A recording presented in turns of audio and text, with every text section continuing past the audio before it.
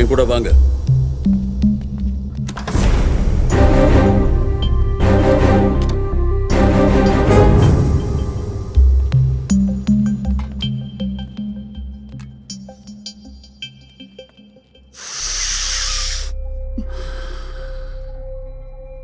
எனக்கு சுருட்டு பிடிக்கிறதுனா ரொம்ப பிடிக்கும். அப்ப என் பொண்ணு சின்ன குழந்தை. ஓடியா ஓடியா ஓடியா. அப்பா இது பிடிக்காதுங்க, ஸ்மெல் அடிக்குது. சீ சீ சீ, வேண்டாம்.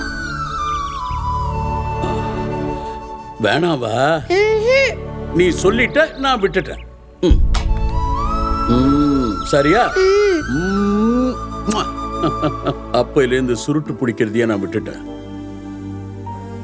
பிடிச்ச அந்த நாட்களை ஞாபகப்படுத்திக்கிறதுக்காக இந்த வாசனையை பிடிச்சி திருப்திப்படுத்திக்கிறேன்.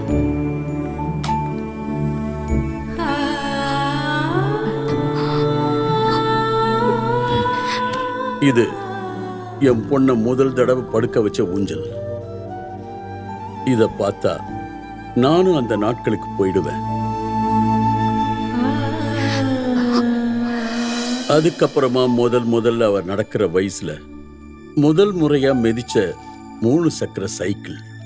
இந்த சைக்கிளை மிதிக்கும் போது எவ்வளவு அழகா இருக்கும்னா அவ்வளவு அழகா இருக்கும். பார்த்துக்கிட்டே இருக்கலாம். பார்த்து பார்த்து பார்த்து.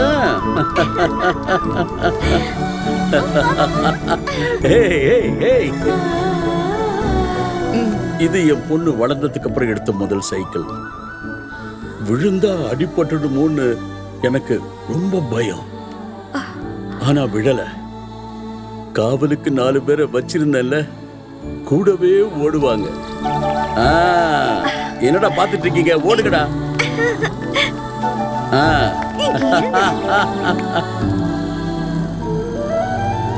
ஹாய், எனக்கு சைக்கிள் ஓட்ட வந்துருச்சு. கத்துக்கிட்டா? இந்த சைக்கிளை நல்லா ஓட்ட கத்துக்கிட்டதுக்கு அப்புறமா அம்மா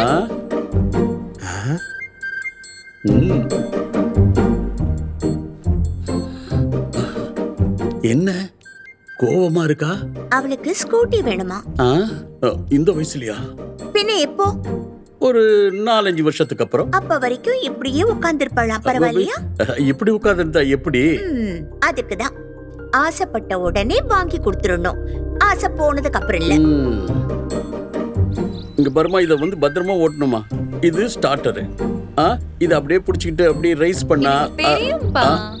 இல்லம்மா, ஏன் பையன் எனக்கு. டேய் ஜாக்கிரதா ஜாக்கிரதா. ஸ்டார்ட் பண்ணுமா? ஸ்டார்ட்.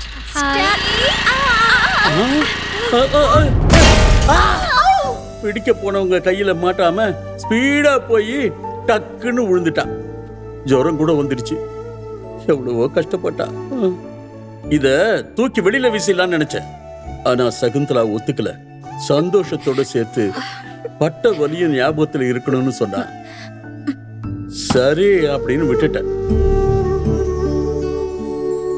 அதுக்கப்புறம் அவ விரும்பின காரையெல்லாம் வாங்கி கொடுத்தேன். அவ யூஸ் பண்ற ஒவ்வொரு காரையும் எனக்கு பிடிக்கும். முதல் தடவையா பொம்மையை வாங்கி அவளுக்கு கொடுத்தப்போ சந்தோஷமா சிரிச்ச அந்த குழந்தை சிரிப்ப இன்னைக்கு என்னால மறக்க முடியல.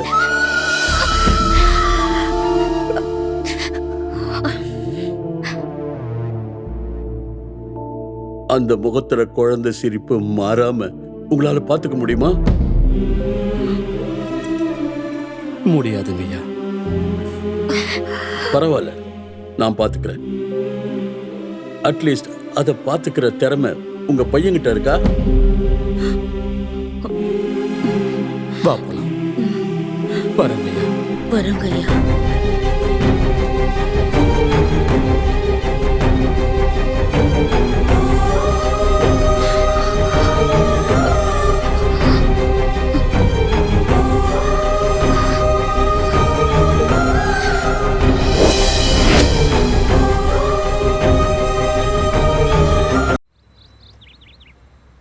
ஆர்டிஸ்ட் ரெடியா இருக்காங்க. நீ முதல்ல ஷாட்டுக்கு ரெடி பண்ணு. Okay right. டேய் விஜய், உன்கிட்ட கொஞ்சம் பேசணும்டா. என்னடா? சொன்னா நீ எதுவும் நினைச்சுக்க மாட்டல? டேய், எதுவா இருந்தாலும் ஓப்பனா சொல்ற ஒரே ஃப்ரெண்டு நீதான். நீ எப்படி யோசிச்சா எப்படி? பரவாயில்ல சொல்லு, தப்பா நினைக்க மாட்டேன்.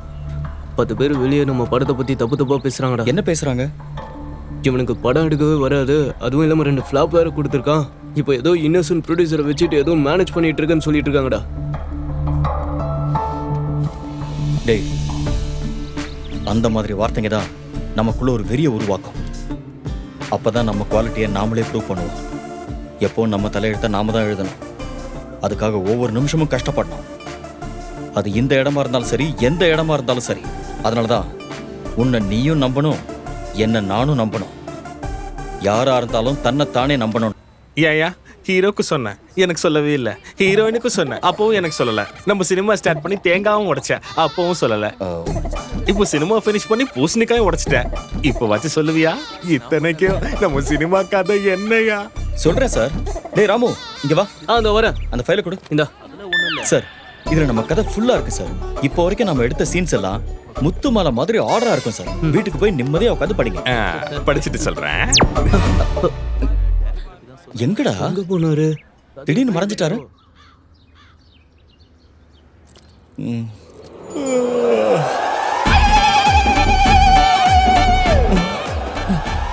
என்ன திடீர்னு வீட்டுக்கு வந்துட்டாரு? Sir sir sir sir sir வாங்க சார், உள்ள வாங்க சார். பரவாயில்லையா? என்ன சார் காலங்காத்தால வந்திருக்கீங்க? ஓ, ஃபுல்லா படிச்சிட்டீங்களா? அப்ப கதை ஃபுல்லா தெரியும்னு சொல்லுங்க. இதுல கதை எங்கயா? என்ன சார் நீங்க ஃபைல ஃபுல்லா படிச்சீங்கல்ல, கதை என்னன்னு தெரியலையா? எப்படி இன்னும் கொஞ்ச நாள்ல காப்பி ரெடி ஆயிட போகுது. அப்ப படத்தை ஃபுல்லா பார்த்தா தெரிஞ்சிரும்ல.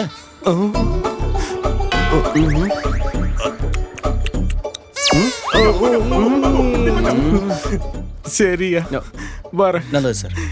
நல்லதா, வா போலாம். பாத்தியம்மா இத 2 சினிமாக்கு ஃப்ளாப் கொடுத்த டைரக்டருக்கு கிடைச்ச இன்னொரு வாய்ப்பு. டேலண்ட் நெவர் ஃபெயில்ஸ்னு சொல்லுவாங்க. இதுதான் தேடி வந்த வாய்ப்புன்னு சொல்லுவாங்க. வாய்ப்பு கிடைச்சா மட்டும் போதாது, அதை காப்பாத்திக்கிற திறமையும் அவங்ககிட்ட இருக்கணும். இல்லைன்னு அவங்க அப்பாவே ஒத்துட்டு கிளம்பி போயிட்டாரு. பாரு, அந்த பேப்பர்ல வாய்ப்பு கொடுத்தது மட்டும்தான் உனக்கு தெரியுது. 2 ஃபிளாப் கொடுத்த டைரக்டர்னு நான் பார்க்குறேன். உங்க அம்மா சொன்னாங்கன்னு நான் ரொம்ப இறங்கி போயிட்டேன். இன்னும் இறங்கி போனா வேற என்ன இருக்கும்? வெறும் மண்ணு தான் இருக்கும். இது வரைக்கும் நான் ஒரு ஸ்பெஷல் அப்பான்னு நினைச்சுக்கிட்டு இருந்தேன். நானும் சாதாரண ஒரு அப்பா தான் எனக்கு தெரிய வச்சு ரொட்டீன் வேலையை தான் செய்யணும்னு எனக்கு நீ புரிய வச்ச. போயிட்டு ரெடி ஆகு. உன்னை பார்க்கறதுக்கு மாப்பிள்ளை வீட்டுல இருந்து வராங்க.